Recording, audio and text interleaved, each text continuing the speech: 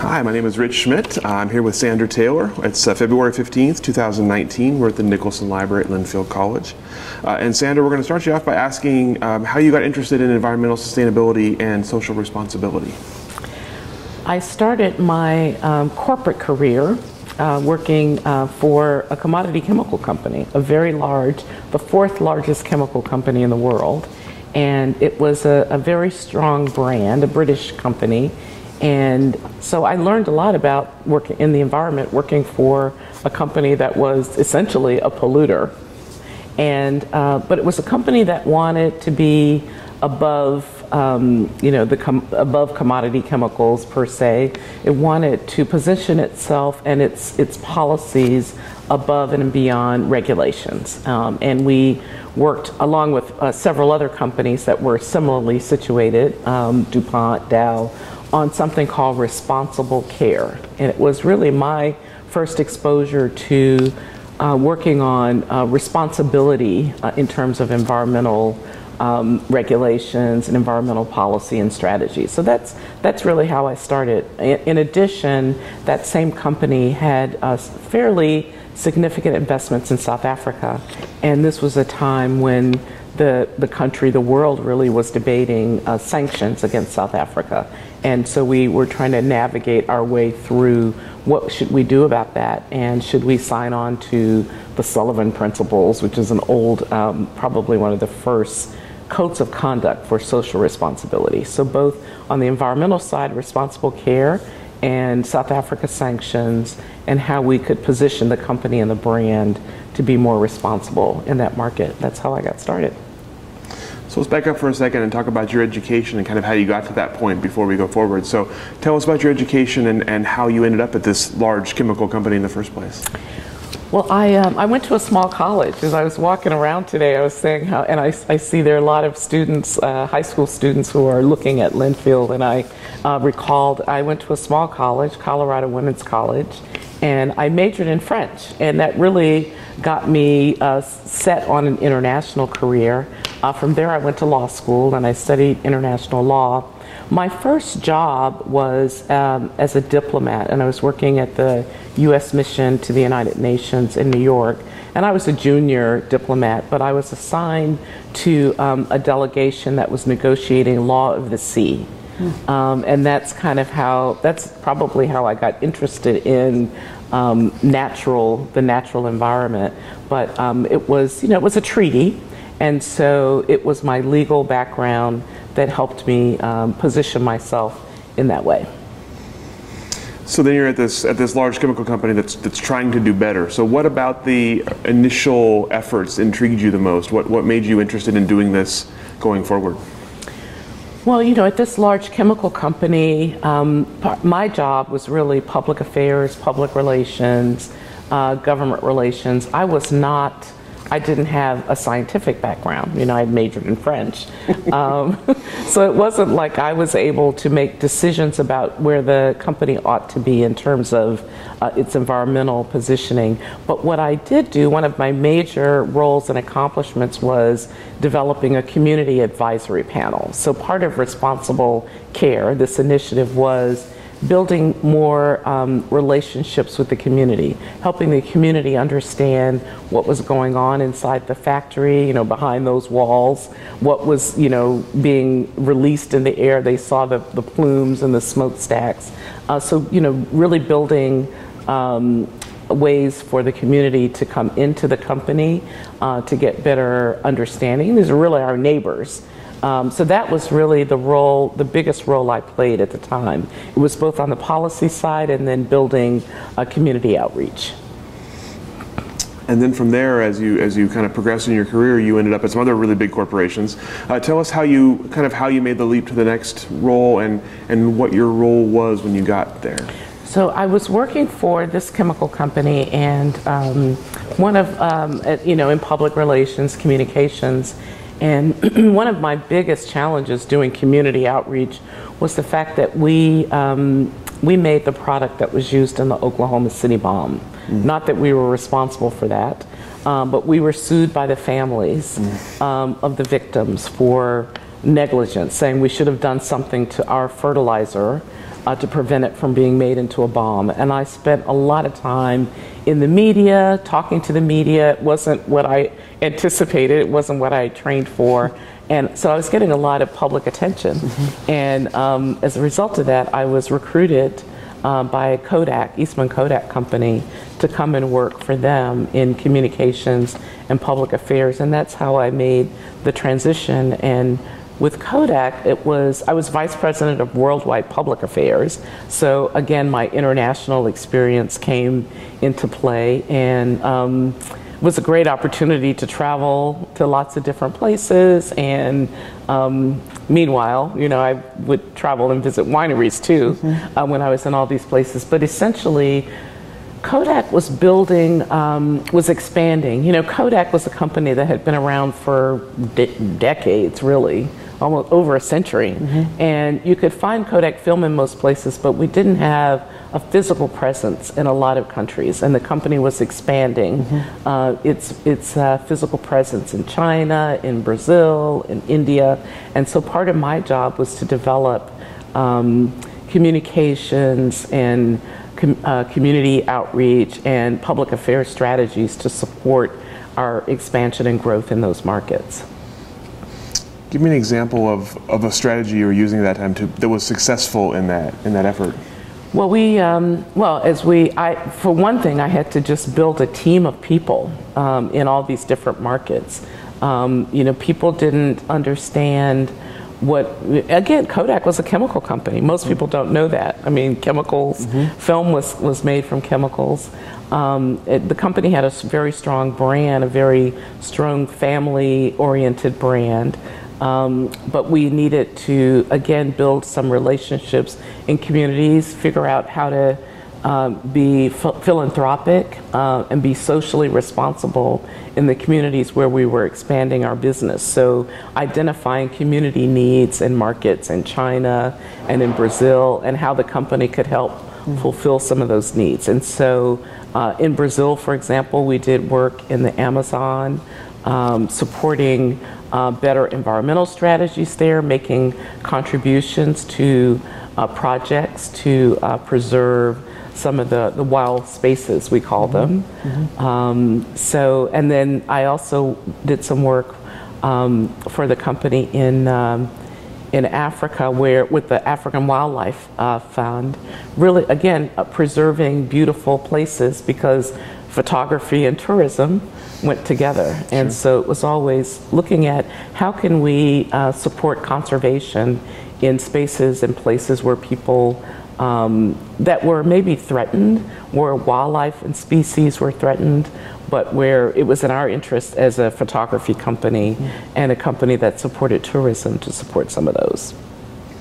So I would assume at this point in those two positions especially, you had to deal with quite a bit of conflict and quite a few people who were doubtful of your company's good intentions. So what was the general attitude, and how did you overcome some of that negativity? Yeah. Well, I mean, it seems like in everything I've done, all my work, it's always been. I mean, I talk a lot about stakeholder engagement. Occasionally I'm teaching, and I teach about stakeholder outreach and how to build relationships with stakeholders and identify what their concerns are, and how the company is affecting what their priorities are, and how we could build some common ground between those. So I have dealt with environmental activists, obviously, because all of these companies had some issues, pollution, other kinds of community issues. So dealing with environmental activists, being a philanthropist, these companies were great in terms of corporate giving and identifying where we could have the most impact in our contributions and our philanthropic dollars and the foundation. So I was also overseeing the foundation at Kodak and had lots of requests and actually a lot of concerns, because you can't always, money isn't always the answer to some of these conflicts, and sometimes it's just listening and being willing to try to work out some common solutions. And so from there, you were, I would assume, recruited to Starbucks at that point. So tell me a little bit about that transition.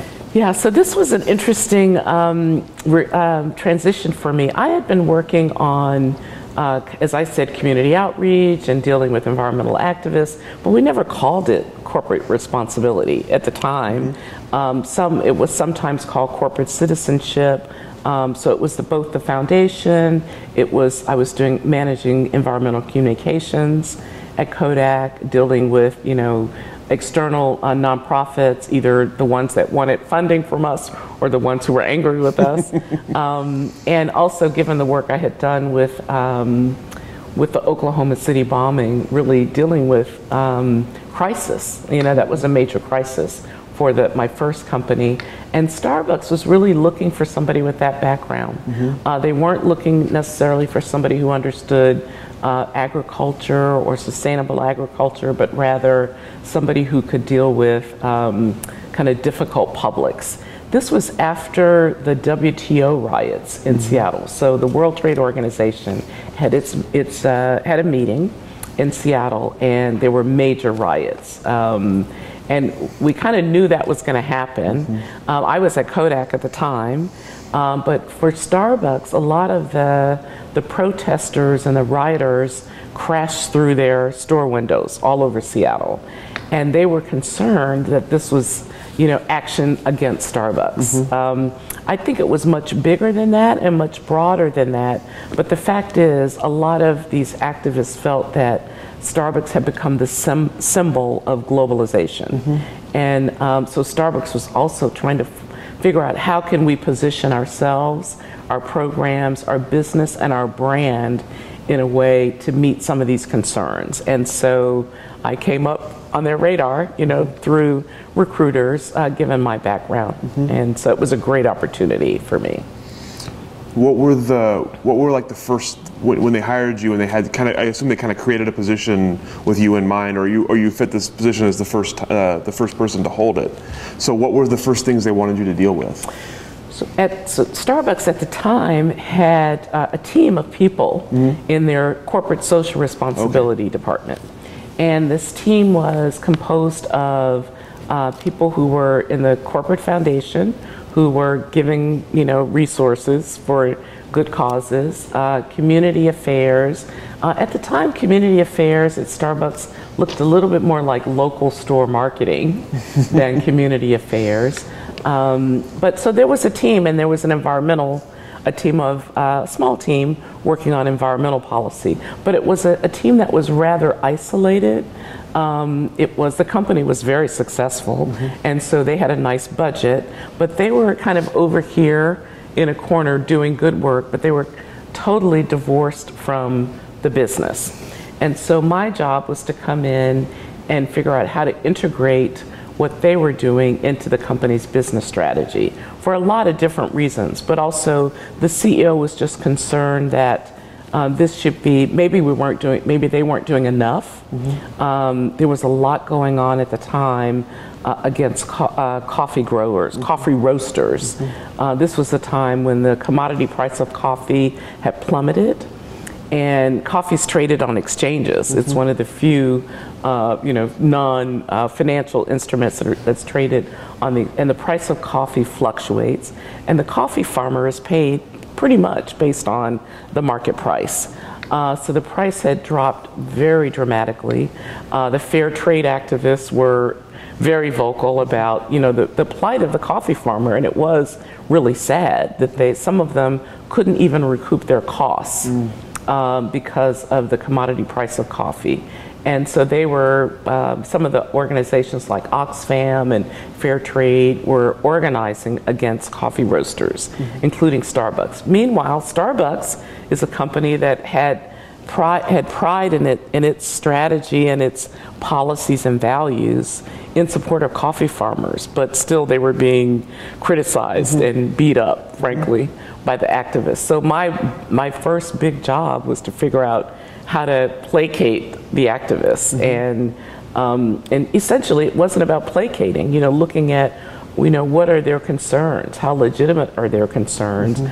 Should we be looking at something more deeply and differently. And so that's what I did. I started traveling to coffee regions, which the people in my position or my role had not done before, just to see on the ground what's really going on with coffee farmers in Guatemala and Costa Rica, in Ethiopia and in Rwanda, and just trying to understand how we could be a better purchaser of their products and to treat them as suppliers, as valued suppliers.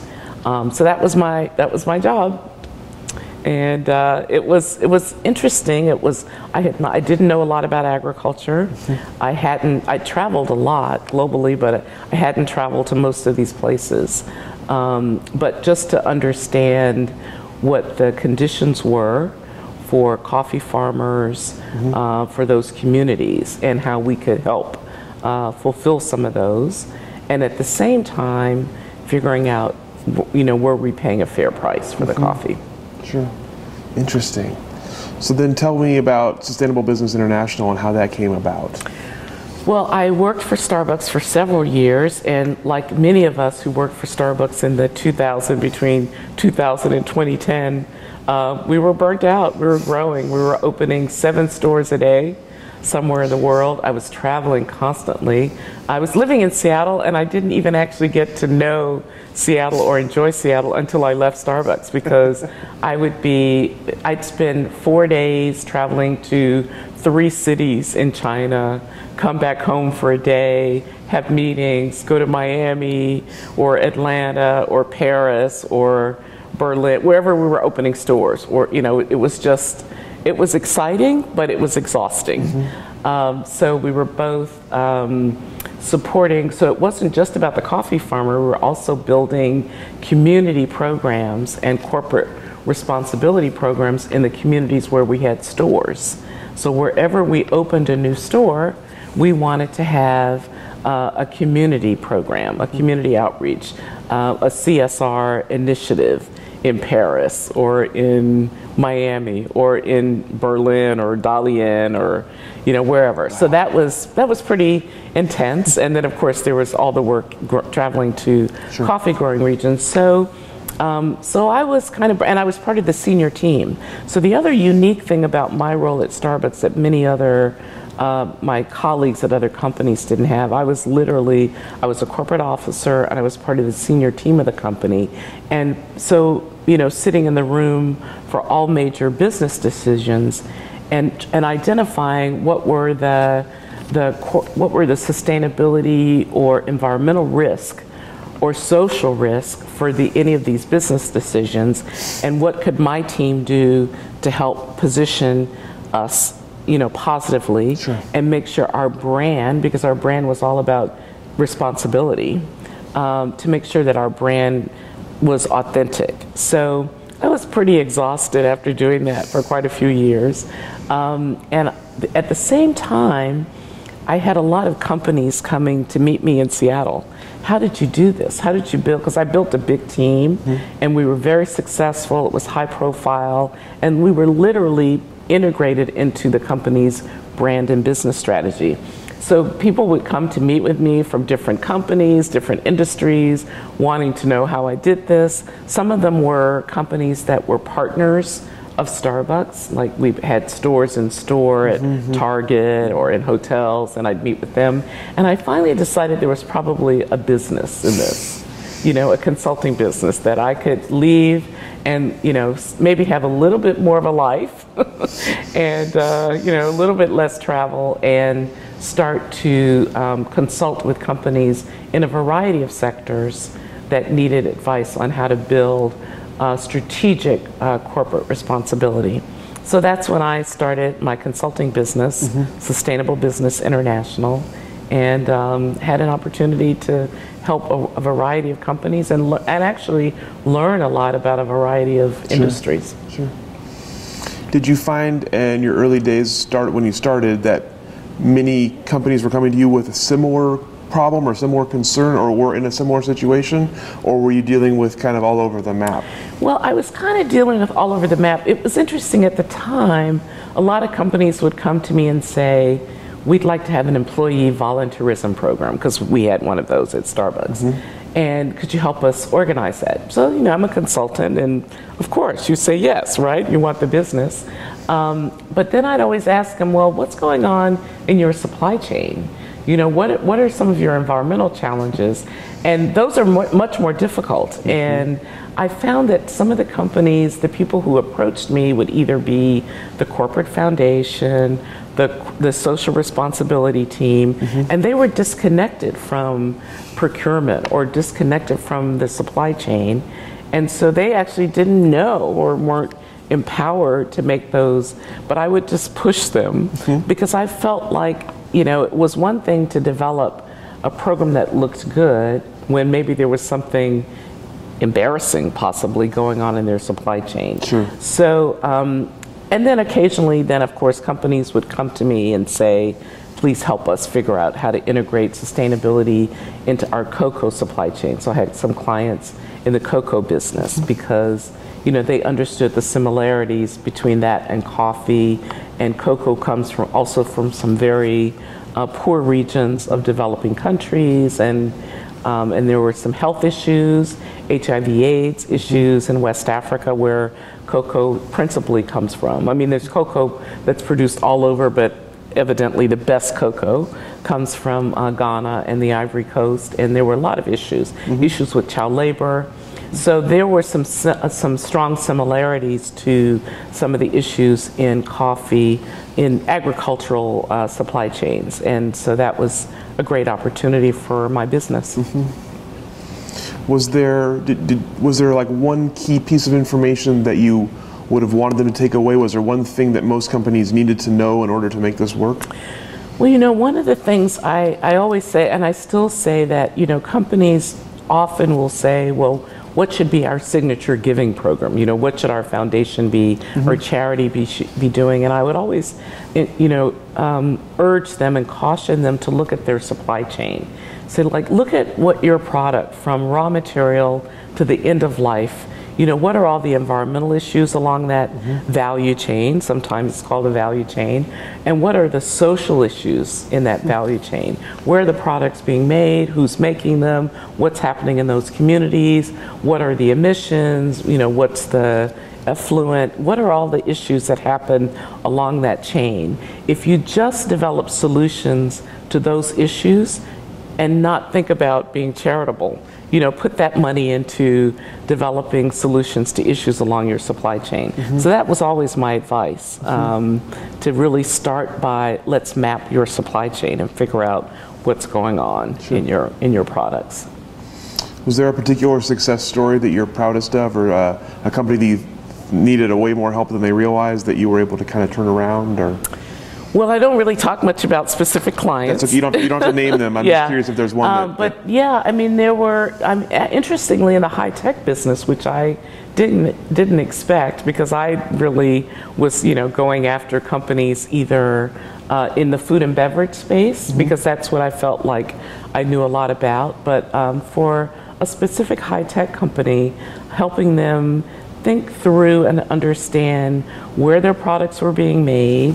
What was happening in the factories that they didn't necessarily control. They didn't have a sustainability manager.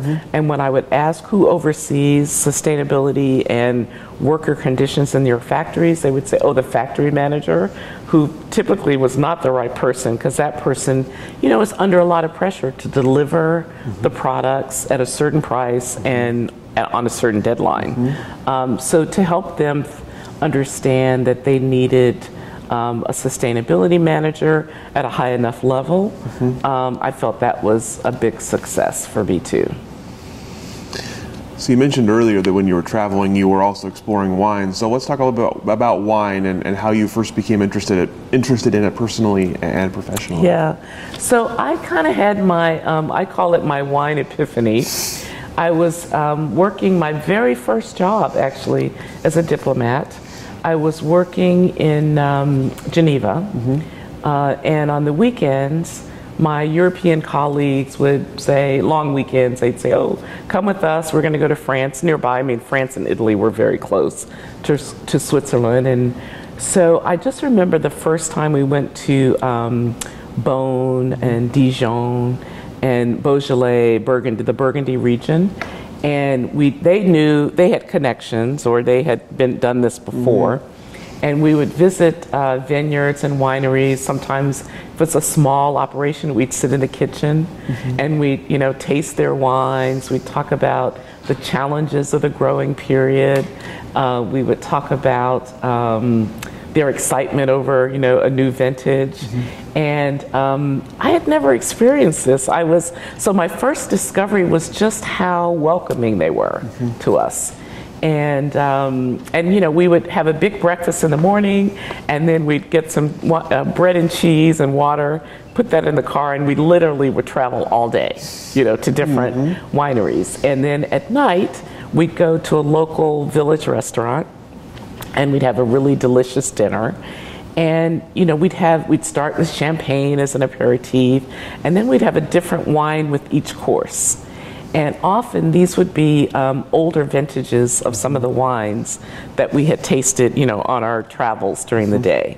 And I had never experienced that. I didn't know that much about wine at the time. I'd go to diplomatic dinners and we'd have wine, but I'd never had the opportunity to really, see the landscapes, to meet the people. And I kind of fell in love with this, the way I describe this tantalizing mix of food and culture and people. And so that was it for me. I was sold on wine, and I really wanted to learn more about the geography, the geology. It wasn't just the tasting of the wine, it was the people and the food. And so from that point on, that became my hobby. Whenever I traveled for Kodak or Starbucks, or I would always, if it was in a wine region, I'd tack on, time to go visit wineries. With Kodak, for example, I spent a lot of time in South Africa. Kodak had disinvested during apartheid, and when the company went back into the market, the CEO gave me the job to figure out, along with our regional team, what should we be doing? How should we re-enter the market? Not the traditional way of just selling to a small white minority of consumers. Wasn't there a potential for a larger market of black consumers, growing middle class consumers? So I'd spent a lot of time in South Africa, and I always find an opportunity to go to the Cape Winelands and Stellenbosch and, taste the wines and just learn. I just wanted to learn everything I could about wine. And then I sort of saw, because of my experience with coffee, I started, questioning, well, what's going on in terms of sustainability in the wine industry? And I knew a lot about agriculture and how agriculture really contributed to soil degradation, water shortages, affected biodiversity, all those things. And so I wanted to know if the wine industry also was, doing the same thing. The other thing about coffee is the way you taste wine, and there's terroir in coffee. There are different species that grow differently in different regions. Some are indigenous to different regions, and the tastes are very distinct. At Starbucks, we did blind tastings of coffees. We had a coffee master program where you learn the different species of coffee and the soil. So all of those things I discovered were very similar to wine. So my coffee experience with my kind of long time love and hobby, I became a wine collector. I went to courses on wine. I did the French wine scholar course. All those things I did in my spare time as a hobby. And then when I got to Starbucks, it all kind of came together. So, yeah. You mentioned your program in France. Tell me a little bit about that as you're actually getting into actual wine education and what you got from that. Well, the French wine scholar course I did in Washington, D.C., and it was like every Saturday from 9 a.m. to 3:30. And we would study, every week we'd study a different region. And when I say study, we'd learn about the history, the geology, the terroir, the soil, and we taste wines. And sometimes we taste 20 wines in a day. I couldn't even drink wine for that entire period because I was, my palate was just shot. I couldn't, if I went to dinner, I'd have to have a cocktail or a beer or something. I couldn't drink wine because we didn't drink it, of course, we were tasting. And so we were also really learning a lot more about, the techniques of tasting. But one week it would be Champagne, the next week it would be Alsace. I mean, literally every single region, Burgundy and the Rhone, the Southern Rhone, the Northern Rhone, all of those, but the history as well as the grapes and the terroir. So that was the French wine scholar course. And then I decided, after doing that course, that I really wanted to do more in wine, but I wanted a credential. I didn't want to be a sommelier. I'm a business person. And so I decided to do the Wine MBA program in Bordeaux. And it's an executive MBA, so it's not full-time. You're not there full-time, but it's a 2-year program, and it's 3 weeks at a time, 6 days a week. And it was in English, and the cohort, there was one other American in my group, but the others were from France, Scandinavia, Canada, Chile, Argentina, all these different places. And it was a business degree, it was an MBA, but all of our cases were wine cases. Interesting. And we traveled. The degree was from the Bordeaux School of Management, but we traveled to different regions to complete our work. So we were in Adelaide, at the University of South Australia. We were in Sonoma at Sonoma State, at UC Davis, in London to learn about distribution. In between, we were doing a lot of online work, and I wrote, and there's a thesis that's heavily weighted. And I wrote my thesis on what motivates sustainability in wine supply chains. And so then I was off and running. That's really interesting. Yeah. So you mentioned a little bit earlier about when you kind of had the epiphany late about what is going on in wine sustainability. So I'm curious, when you first started thinking about it, or first were aware of it, what was going on? What were the big concerns that you saw coming down that road? Yeah, there wasn't a lot going on, to be honest. There was organic. So when I did my thesis, I couldn't find a lot that was written about sustainability in the wine industry. There were some academic papers that were pretty good. Even my studies, there was nobody. Sustainability was not part of our lessons or our and my thesis advisor was the supply chain professor at the Bordeaux School of Management, because nobody was really doing much about sustainability at the time.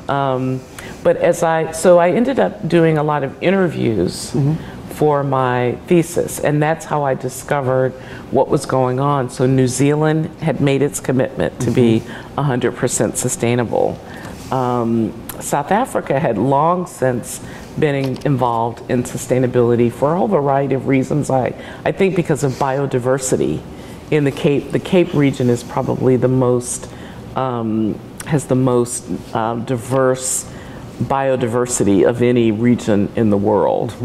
And there's a commitment to maintaining that. It's not all about wine, but it's just about what happens to be in that part of the world. And then California was just starting its program, I think. Lodi rules existed, but so there was just a little bit happening in different parts of the world, but not a lot when I first started kind of trying to figure out what was going on in the space. So it was fun just to go and identify who was doing something. And the more I got into it, the more I discovered that there was, and Live, of course, Live had been around for a while. Even though at the time the organ industry was probably small, but Live was, was prominent and still remains, I think, one of the most rigorous sustainability certification programs out there. What did you see as the main threats? If wine didn't improve its sustainability, what were the threats to the industry? Well, as I interviewed winemakers, I would ask them, why the ones who were sustainable, why are you doing this? And so for many of them, it was to preserve soil health. So if they didn't do it, they were going to destroy the soil, the health of the soil, I think. So that was, to avoid soil degradation, and also, pesticide spray. So when I would meet with people in California, they would say, the urban communities were moving closer to what was traditionally wine growing regions. And so there had never been any concern about spraying pesticides, but now people were living close by with children, and they were very concerned about what is all this spraying going to do to my child's health, or they were identifying some issues, health challenges for their children. So I think that was, more than anything, pesticides and spray was probably the biggest challenge. And then, of course, drought. Sure. And the fact that, there was in Europe, vineyards don't irrigate by law. They're not allowed to irrigate. It's just been traditional, They're very traditional about the vine finding what it needs deep into the soil. Whereas in California, they irrigated. And it wasn't just, I don't want to say it was just, vineyards. Everybody irrigated. That was part of how California became such a breadbasket for the country and the world, was because of water and, growth and water. And as we experienced drought in California, there were lots of water disputes, and the industry couldn't quite figure out, how to produce without irrigating. Sure. And so I think those are some of the challenges that really push the industry into being sustainable. In Europe, there was obviously, European consumers have been much more progressive in terms of environmental sustainability, both in terms of energy, social responsibility, and health, the contents of their food. And so in Germany and in the UK, a lot of consumers and retailers were questioning a lot of this. And so producers, especially in New Zealand, because they had their sights on those European markets, knew that they had to do something to position themselves and differentiate themselves as an agricultural product. And that motivated them to develop a sustainable strategy to appeal to the consumers, the British consumers especially.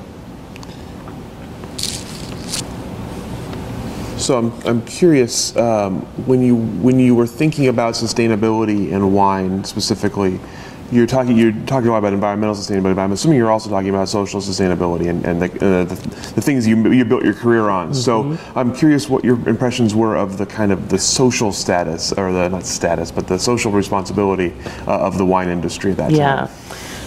Well, I mean, it depends on the region, of course, again, but there was a scathing report done by Human Rights Watch on labor conditions in the grape and fruit industries in South Africa. It was horrible. I mean, even when I think about it now, just the images in the report, the kinds of things that they were doing in South Africa, paying wine vineyard workers with brandy. Part of their compensation would be, brandy. That's how much they got paid. So that was a problem.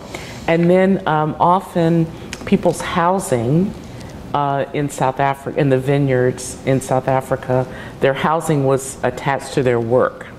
So if they no longer worked for the vineyard or the winery, they no longer had a place to live. And so they were forced to stay there and work and take, this very low compensation and, no health care. So that was an issue for me. And then even in the U.S., in California, there were some issues. When I would meet with or talk to California producers, they would tell me that they outsourced their labor to these companies that would do the hiring and the recruiting. almost as if that relieved them of responsibility for, but typically they felt confident that these companies were doing the right thing. And by and large they were, but every now and then you'd have a horror story of how workers were being housed. And these aren't all migrant workers. Often people think these are kind of seasonal labor. I mean, some of them are people, maybe they came from Mexico, originally, but they live in these communities. But some of the housing was really, really bad. No screens, no air conditioning. Really poor conditions. And some of these were very, high-priced wineries in Napa.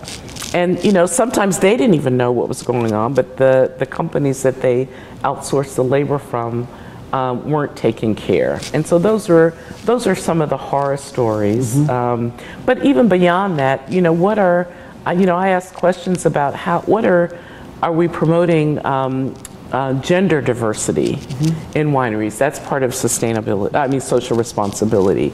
What are the opportunities for kind of field workers to be promoted? What kind of help, are they getting the same level of health care that the owners of the winery get? Are they providing training about pesticide use in Spanish as well as in English? So yeah, those are some of the things that concerned me about the industry here in the United States. And of course, and as I mentioned, in South Africa as well. So what inspired you to write your book then on the business of sustainable wine? Well, as I said, I did my thesis, and I couldn't find a lot that was written on this topic. I found some really good academic papers, like, how do we measure consumer interest in organic wine? It was quantitative, but it was not something that a producer could take and learn from. And I just felt like there needed to be more information about what are the options and the potential for being sustainable for producers. But in addition, when I talk about the business of wine, I'm thinking also of distributors and retailers and marketing to consumers. And so I also wanted to write the book for them, because I feel like a choke point in the sustainability future for wine is distribution. Because I found that not a lot of distributors were that interested in it, and maybe didn't even understand it. So I wanted a book that was educational, but relatively easy to read, with some case studies and good examples for both distributors, retailers, and producers. I mean, there's a lot of information available for growers who want to be sustainable, in these regional programs. But I thought this was a book that would give them at least some ideas about what their options were for new entrants to the industry. And have you felt like you've had success in that? Have you felt like people are taking away from your book what you were hoping they would take away? I do feel like that. I mean, it's people are buying it and reading it. And so the book was published in July 2017. And so at first I thought, okay, and I did some interviews, radio interviews and all that, some print interviews, and it's really been this year, 2018, into 2018, 2019, I've been asked to speak. I don't call it a speaker circuit, but I'm speaking in regions in New York, for importers and their audiences, the Oregon Wine Symposium. I'll be speaking in Australia for their Wine International Technical Conference. Oh, cool. And I was in New Zealand last year speaking at their annual conference. And I speak a lot obviously about what's going on around the world, and what are the lessons to be learned from the different sustainability programs, but also how do we market this to consumers? How do we educate consumers around sustainability? The one thing I learned when I was at Starbucks is it's one thing for the company to be committed to sustainability and investing in sustainability, but as a business, we want to get repaid for that, right? Sure. We want consumers to be willing to buy those products, even if they're not paying a premium, for them to understand the value and to choose our product because it's sustainable over some other product. And so that's what I think, that's a lot of what I talk about, because I want consumers to understand what it means for a wine to be sustainable and for them to support those winemakers who are investing in making wines that are sustainable, that also taste good. So I think it is having some effect, definitely. Do you get the sense that you're talking about kind of almost like a delayed reaction to your book? Do you get the sense that the interest in sustainability is being driven more by consumers at this point, or more by producers? Are producers wanting to do it because they want to do it, or they want to do it because consumers are expecting it? Yeah, in the wine industry, I feel like producers are wanting to do it. I mean, when I would interview winemakers or winery owners, my first question was, what motivated you to do this? And typically this is a family business. I got it from my parents or grandparents. I want to make sure I can pass it on in good order. Or if it was a new producer, they were already thinking about succession, and so it's so critical that they are good stewards of the land in order for this land to continue to produce for generations to come. Many of them are personally committed to sustainability. They just have a personal feeling that this is the right thing to do. Others are doing it because they think it's a good marketing story. But they're motivated to do it. The wine industry really hasn't gotten the kind of attention I described for the coffee, the protests around, fair trade. That just hasn't happened, with a few exceptions. It's starting to happen a bit. In Sonoma, for example, communities are starting to rebel against more wineries. We don't want more wineries in our community. It's too much traffic, it's too noisy. So in some communities, they are objecting to new licenses for wineries. And then in France, there's been amazing outcry against pesticide use. There's been there was a documentary in France that the industry was like aghast about, because they basically investigated a lot of it around Bordeaux. Bordeaux probably was using the most amount of pesticides and spraying, just as a tradition. But there were a number of schools and school children who were living near vineyards that were getting sick. There were a couple of people who worked in vineyards who became ill, had cancer, and sued their former, wineries because of their illness. So I think there's starting to be some of this that's happening in the wine industry, some of this kind of protest and negative, community outcry, that also is motivating some in the industry. And then, in some places like New Zealand, as I said, they were developing their sustainability program as an opportunity to position themselves in the markets, in the European markets, the UK market. But then they used peer pressure to get others in. They just basically said, we want to be 100% sustainable in New Zealand. They set that to the entire wine industry. And if you don't participate, then we won't include your wines in wine competitions. We won't include your wines on Air New Zealand. I mean, they basically said, you can do whatever you like, but they had some prizes that they would give for high quality wine, and they basically would eliminate those who didn't come into the program. And so it was the stick, peer pressure. So there are a number of ways in which, but it was probably the leadership of the industry that was promoting it. Interestingly, it's also the growers, I discovered in my research, in New Zealand, even in California, Lodi. So Lodi Rules is probably the grandfather of these sustainability certification programs. And Lodi was traditionally a growing region for wineries in other parts of the state. And so it's the growers who have really pushed their customers, the wineries, to adopt sustainability because they are the ones that are exposed to the chemicals. It's their land, right, that they're trying to make sure they keep for the future, for their families in the future. So the growers have been really instrumental in this too.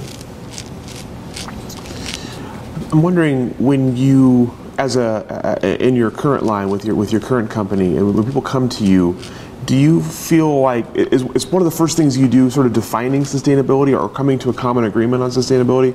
I'm curious if you're finding a common understanding of what the term means, or if you're having to sort of define the term for each case. Yeah, unfortunately there is no common. I mean, I give them what I think are common definitions but some of them I am able to help them understand kind of the difference between environmental sustainability and social responsibility.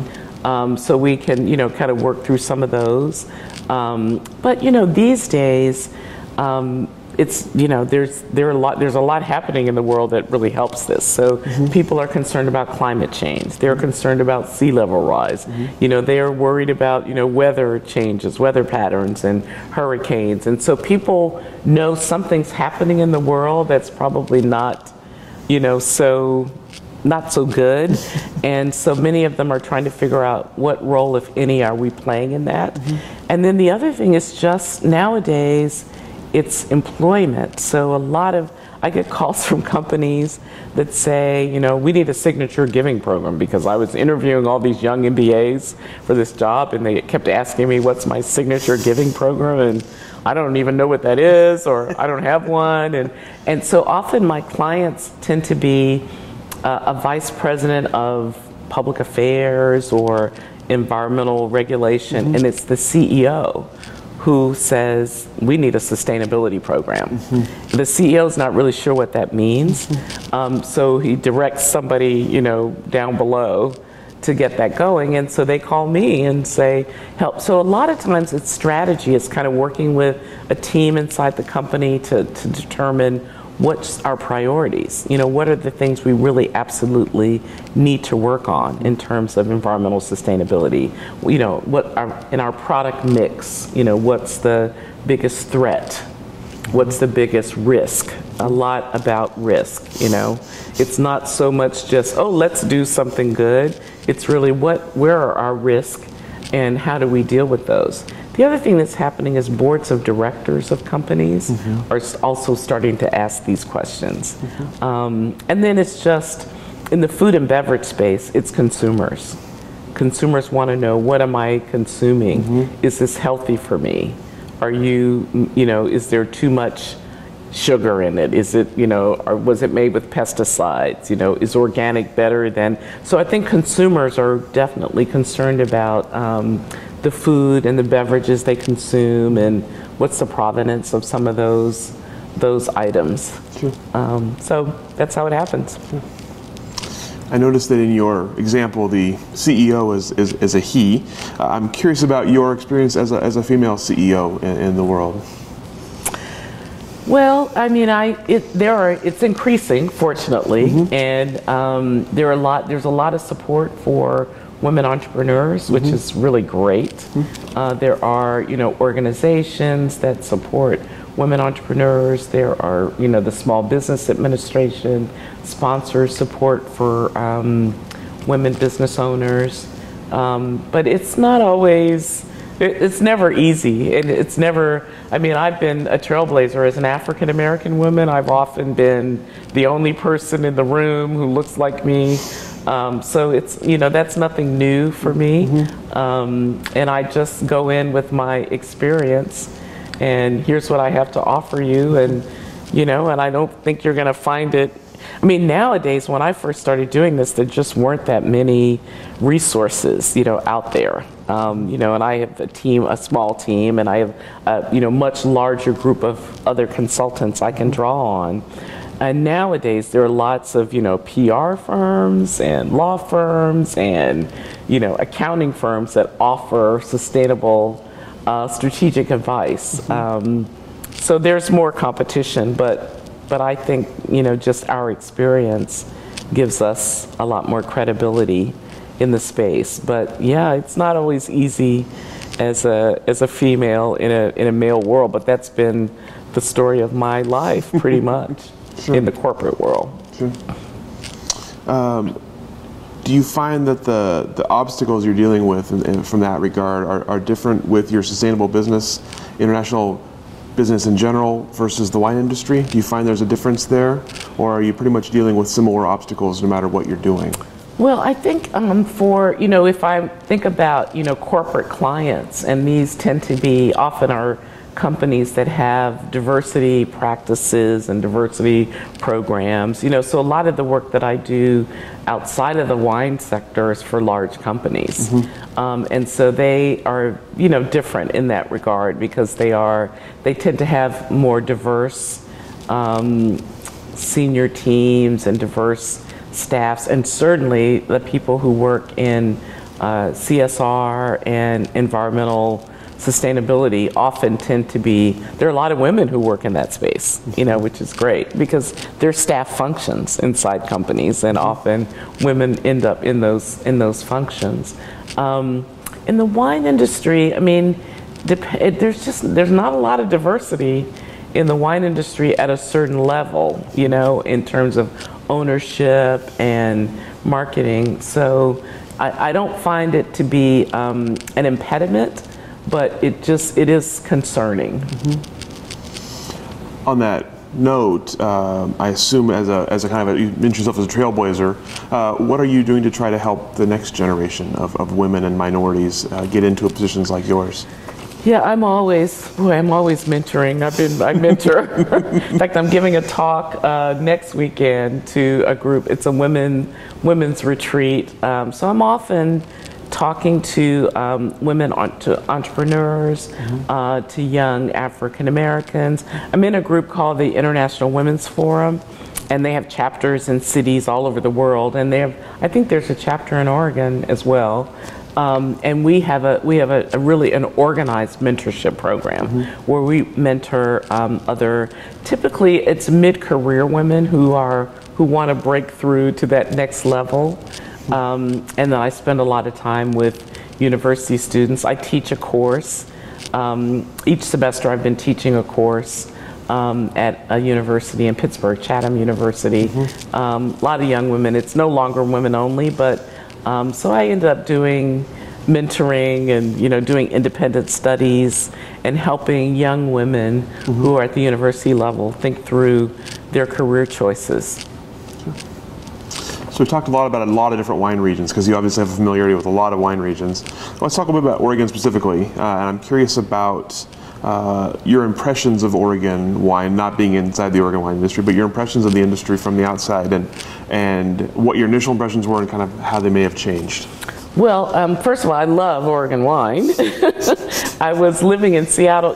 I didn't know, I described how I got into wine as a consumer and an enthusiast. So I've known a lot about European wines, and obviously I mentioned South African wines, and a lot about French wines, but I didn't know a lot about American wines, and until I moved to Seattle, and that was an opportunity for me to travel on the West Coast, and I came to Oregon often. I'd go to Walla Walla, Washington often, and I started collecting wines for this. So I had a great admiration for the wines just from the taste of the wines. I had my favorites.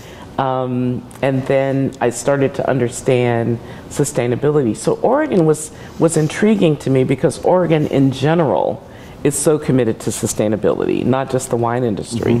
And so I love that. And living in Seattle, I knew that. I mean, this region, I think, the Pacific Northwest, but Oregon in particular, had a real commitment to sustainability, and the wine industry was no different.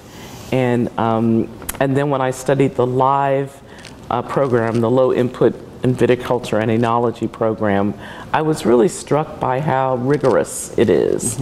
And at the time I thought it's probably easier to be this rigorous when you're small. You know, when I would speak to the counterpart in California at the Wine Institute, their certified California sustainable wine, it was never going to be as easy for them to be as rigorous because it's such a large industry and so widespread. So I'm impressed by that, and I just hope that that continues as the industry grows and as new investors and new entrants come into this market in this region. I hope that they will come in and adopt these same sustainability commitments that have always existed here. So you mentioned that as a potential obstacle down the road with the rapid growth and with the growing outside investments. Are there other obstacles you see as Oregon moves towards sustainability? Obviously, live is a big push. Biodynamic now is a big deal here in Oregon. Are there obstacles in the road as the industry is growing, if trying to stay sustainable? Well, of course there could be, yeah, and I think probably the proponents of sustainability, the people who work in Live, the board of directors of Live, probably need to be much more integrated with the business. It's not for me to say, I'm from the outside, but be great for just to, so that they understand how important this approach to sustainability can be to the business. So I think that could be an obstacle. But for any region or any group of wineries that are committed to sustainability, the obstacle is educating the consumer and educating the retailer because consumers can be, I'm a firm believer in the power of marketing. And, I think marketing ought to be authentic, and not greenwashing, but marketers have an amazing power to persuade consumers of their way of thinking. They just identify what's the consumer need. That's what marketers do. And then how can we fulfill that need? And now consumers are much more concerned about purpose and value, and I think sustainability can be that purpose, but it takes marketers positioning it in that way for consumers, and the wine industry has to be much better at marketing.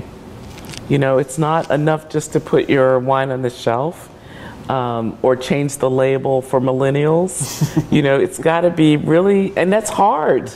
But I think it's important, and other companies have gone through these kind of generational transitions. And I think the wine industry is going to have to do that. And not just Oregon, I mean, everybody's got to do that. The French, when I talked about Bordeaux, they've got to figure out how they're going to get the next generation interested in their wines. They're expensive. What need are they fulfilling for the millennial consumer? And it's going to be the marketers that's going to help them make that. Both translate what they're doing for consumers, but also translate back to the wineries what consumers want and need. And that's a big obstacle. Big obstacle. Yeah. So based on your experience and your interaction with Oregon wine industry, what do you think of the attitudes in the industry, of the people in the industry towards sustainability? I think it's in Oregon, it's tremendous. It's great. I mean, when I've talked to people, when I've given presentations, there's been a lot of interest and a lot of support. I think people are still trying to figure out organic versus biodynamic versus sustainable, which one they should be doing. Sometimes it's personal preferences, it's personal values and commitments. Organic wine now is finally very popular with consumers, and so producers are trying to figure out, well, should I be organic or should I be sustainable? So those are exactly the kind of dilemmas I'd like to see them grappling with, because all of those are are good choices for the future of the planet, for consumers. But I think that's what's happening right now. So, what's next for you? You've been on quite a journey to where you are now. What do you see as you look 5-10 years in the future for you and your business? Well, in terms of wine, I'd like to write another book. I'd really like to do a sustainable guide for consumers. Ooh, that'd be really cool. Yeah, because I think, I've been talking a lot about, getting consumers and marketing to consumers and just, showing consumers how to make a choice around sustainable. What's happening in the world of sustainability in wine, and what are some great wines to choose from lots of different price points. So that's kind of that's something I'd like to do. In terms of the business, there's still so much out there.